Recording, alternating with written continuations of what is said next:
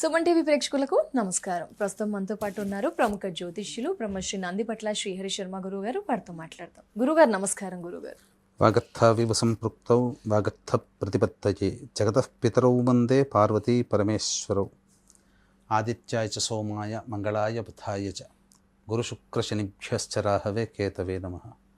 శృంగేరి జగద్గురు పీఠాధిపతులకి, కంచి పీఠాధిపతులకి నమస్కారములు తెలియచేసుకుంటూ కార్యక్రమాన్ని ప్రారంభిద్దాం. గురుగారు, మరి ఆగస్టు 11 మాస శివరాత్రి వస్తుంది. ఏం చేయాలి, ఏం చేయకూడదు, అసలు ఆ రోజును మేమంతా కూడా ఎలా సద్వినియోగపరచుకోవచ్చు అంటారు?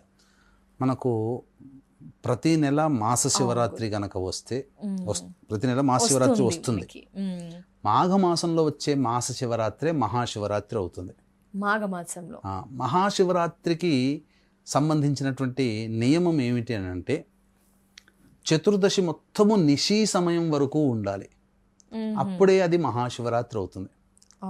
అంతటి పర్వణి పుణ్యకాలము ఈ యొక్క ఆషాఢ మాసంలో వచ్చే మాస శివరాత్రి. ఎందుకంటే మధ్యరాత్రి వరకు కూడా ఈ చతుర్దశి తిథి ఉంటుంది. ప్రదోష కాలం నుంచి మొదలుకొని మధ్యరాత్రి వరకు ఉంటుంది. కాబట్టి లింగోద్భవ కాల సమయం వరకు కూడా ఉంటుంది.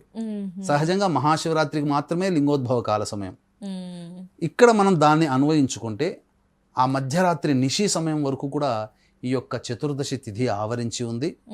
పైగా దేవతలకి తల్లి అయినటువంటి అదితి దేవి అధిపతిగా ఉన్న పునరుసు నక్షత్రము, అలాగే బృహస్పతి అధిపతిగా ఉన్న పుష్యమి నక్షత్రము రెండు కలిసి వచ్చినటువంటిది ఈ యొక్క ఆషాఢ మాసంలో వచ్చే మాస శివరాత్రి ఆగస్ట్ 11. పైగా మీరు గమనించుకున్నట్లయితే ఈ యొక్క శయన ఏకాదశి అనేది జరిగింది కదా, ఇంతకుముందు చెప్పుకున్నాం కదా. ఆ ఏకాదశి రోజున విష్ణుమూర్తి భగవానుడు శేషశయనంపై నిద్రకు ఉపక్రమిస్తాడు. మళ్ళీ కార్తీక మాసంలో వచ్చే శుద్ధ ఏకాదశి ఉత్థాన ఏకాదశి రోజున నిద్ర నుంచి మేల్కొంటాడు.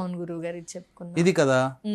అయితే ఇక్కడ గమనించాల్సినటువంటిది అంశము ఏమిటంటే, ప్రేక్షకులందరూ కూడా ఈ యొక్క శయన ఏకాదశి నుంచి ఉత్థాన ఏకాదశి వరకు ఉన్న మధ్యకాలంలో సృష్టి స్థితి లయకారకాలలో స్థితికారకుడు రక్షించేవాడు నిద్ర ఉపక్రమిస్తే మరి ఎవరు ఆయన బాధ్యత తీసుకుంటారు అనే సందేహం చాలా మందికి ఉంటుంది. విష్ణువని.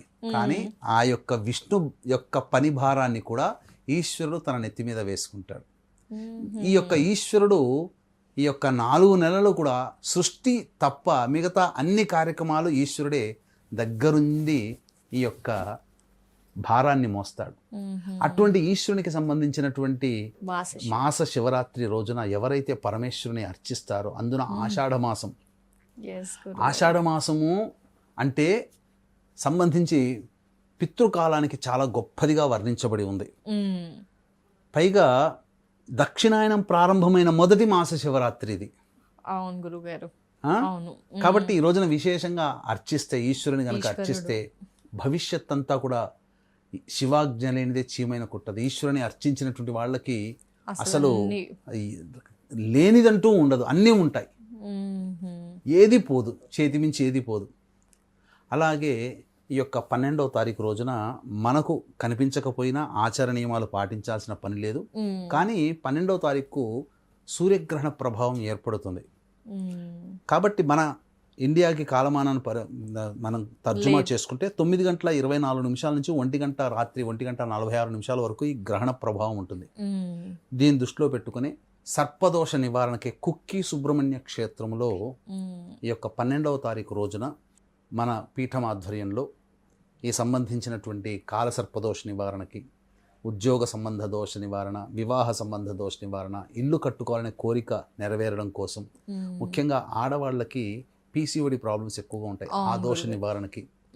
ఇంకా చెప్పాలి అని అంటే ప్రధానంగా జాతకరీత్యా అనేక రకాలైనటువంటి సమస్యల నివారణకి.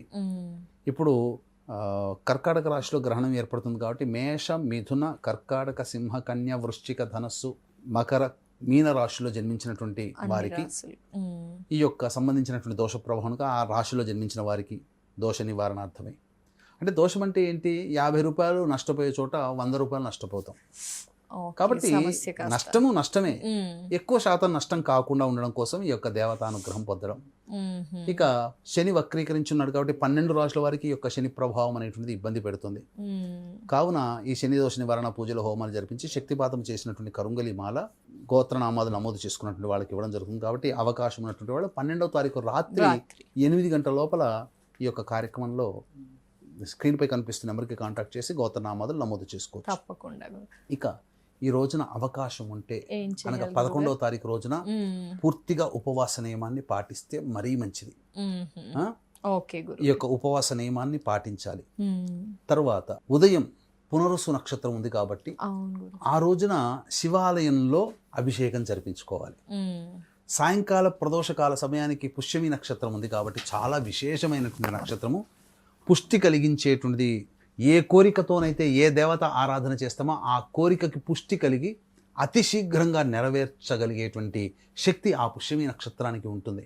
మ్మ్. ఆ పుష్యమి నక్షత్రానికి ఉన్నటువంటి సమయంలో మళ్ళీ ప్రదోషకాల సమయంలో వీలైతే సాయంకాలం 5 గంటలకి అవకాశం ఉంటే మ్మ్. ఏం చేయాలి? ఇంట్లోనైనా కానీ ఈశ్వరుడికి మళ్ళీ అభిషేకము జరిపించి మ్మ్. శివాలయానికి చేరుకొని అర్చన చేయాలి. శివాలయం. ఎవరైతే ఈ విధంగా దేవతా ఆరాధన చేస్తారో మ్మ్. అటువంటి వాళ్ళకి విశేషంగా శివానుగ్రహం కలుగుతుంది.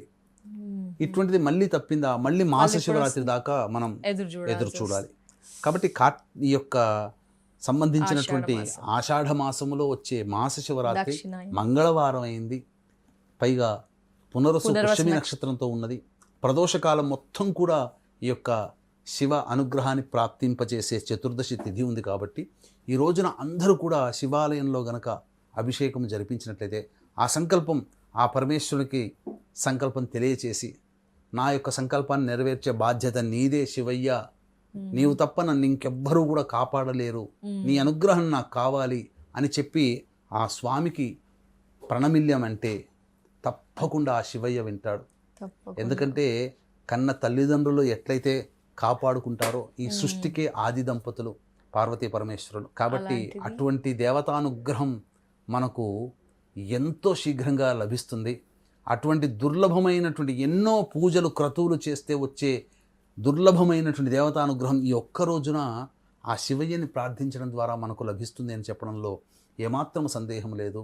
అలాగే అవకాశం ఉంటే 12వ తారీఖు రోజున సూర్యగ్రహణం ఉంది కాబట్టి కుక్కి సుబ్రహ్మణ్య క్షేత్రంలో కాలసర్పదోష నివారణ, వివాహ దోష నివారణ, రుణబాధలు తొలగిపోవడం కోసం, ఉద్యోగ సమస్యలు తొలగిపోవడం కోసం, అలాగే అనారోగ్య సమస్యల నివారణ కోసం, ఆడవాళ్ళకి పీసీఓడి ప్రాబ్లమ్స్ నివారణ కోసం, అలాగే ఇంకా చెప్పాలి అని అంటే దీర్ఘ సౌమంగళ్యత సిద్ధి కోసం, శనిదోష నివారణ కోసం, ముఖ్యంగా ఈ యొక్క సంబంధించినటువంటి కర్మదోషాలు తొలగిపోవడం కోసం, సర్పబాధలు సర్పదోషాలు తొలగిపోవడం కోసం ఈ యొక్క హోమాది కార్యక్రమాలు జరిపించి శక్తిపాతం చేసినటువంటి కరుంగలి మాల ఇవ్వడం జరుగుతుంది. అవకాశం ఉన్నటువంటి వాళ్ళు 12వ తారీఖు రాత్రి 8 గంటల లోపల స్క్రీన్పై కనిపిస్తున్న నెంబర్కి కాంటాక్ట్ చేసి గోత్రనామాలు నమోదు చేసుకోవచ్చు. తప్పకుండా. ధన్యవాదాలు గురువు గారు. ఆగస్టు 11 మాస శివరాత్రి విశిష్టతను మాకు మా ప్రేక్షకులకు తెలియజేసినందుకు నమస్కారం గురువు గారు. సర్వం శ్రీ ఉమామహేశ్వర పరబ్రహ్మార్పణమస్తు.